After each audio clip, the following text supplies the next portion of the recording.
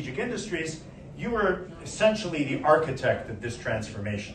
And you're too modest to say that, but I'll say that. You're the architect of this transformation. How did you manage to do it so quickly? How were you able to harness those resources that had been so deeply embedded in a state and release them so that the private sector could start to operate in Ukraine in the defense industrial space?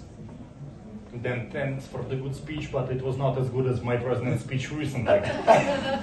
And the story was quite easy. Let's get back to some decades ago. You know that in Soviet time we already got great defense industry.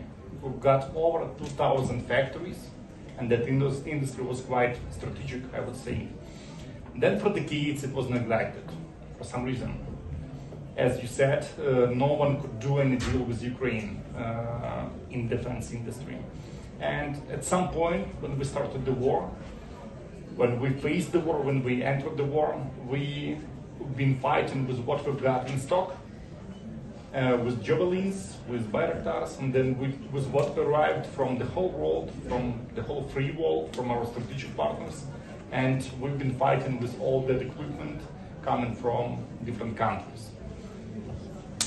And 2023, my president said we should get more from our local industry. So jumping into today, he announced that 40% of what we've got in the front line is what we produce locally. Wow. It was not always like that. I would give you some scary figures. 2021, the year before the Great War began, but already 9 years in the war, we've got zero ammunition produced. Just zero. 2022, we've got only 50,000 rounds of all calibers produced for the whole year. 2024, as my president announced recently, we've got 2.4 million rounds from 30mm NATO caliber to 155mm NATO caliber. And you probably know that when we've got some people coming to Ukraine from the Western world in 2022, bringing some drones, we said, listen, that's something great, we really need it. In 2023, we've got those people coming and bringing some components, usually radio, video, something else. Now you know that they are coming and trying to learn from what we've got. And it's not only in aerial drones, it's land systems, it's sea drones, all types of unmanned systems. So at this point, Ukraine is building itself as a powerhouse for defense industry. And as my president said recently, that's the key to security of the whole Europe. Yep. We're going to drill down into that, but the takeaway I have from your comments is we had all of these resources in place.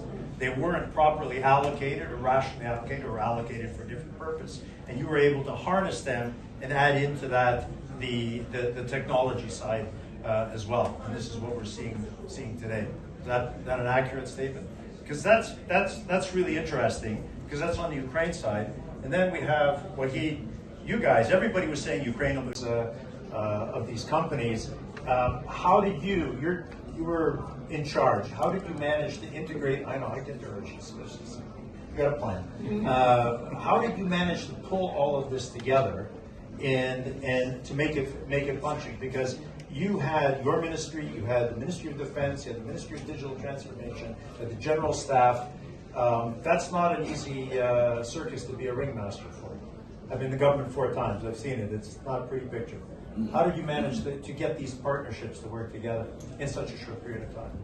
So first of all, when we got, like as Lauren said, we are fine with doing something that is lethal. It sounds so warm to me, because whatever we get in our hands in Ukraine, first idea we got whether it can fly to Moscow and hit some Russians. And definitely first we started doing something, then we started reshaping the industry and building the ecosystem. Any one of you got pet cube tool at your home for your pets? I've got it. Anyone got it? So we got the founder of this company here in the room. And you know why? Not because of pet cube, but because of his defense tech company. He is great in AI, in targeting, in defense tech, in drones. And we've got so many people here turning into defense industry from something different. Some time ago, Evelyn was doing a great job in incubator for startups in Ukraine. Nothing to do with defense industry. And many other people have been doing pretty much different job, but never defense industry. And all of us, at some point, started doing something that can fly to Moscow and hit Russians. Later, we decided to build something around that and to shape it as the whole industry. Some point we understood that we need funding, and then Evelyn came and said, listen, I'm searching companies which can fund.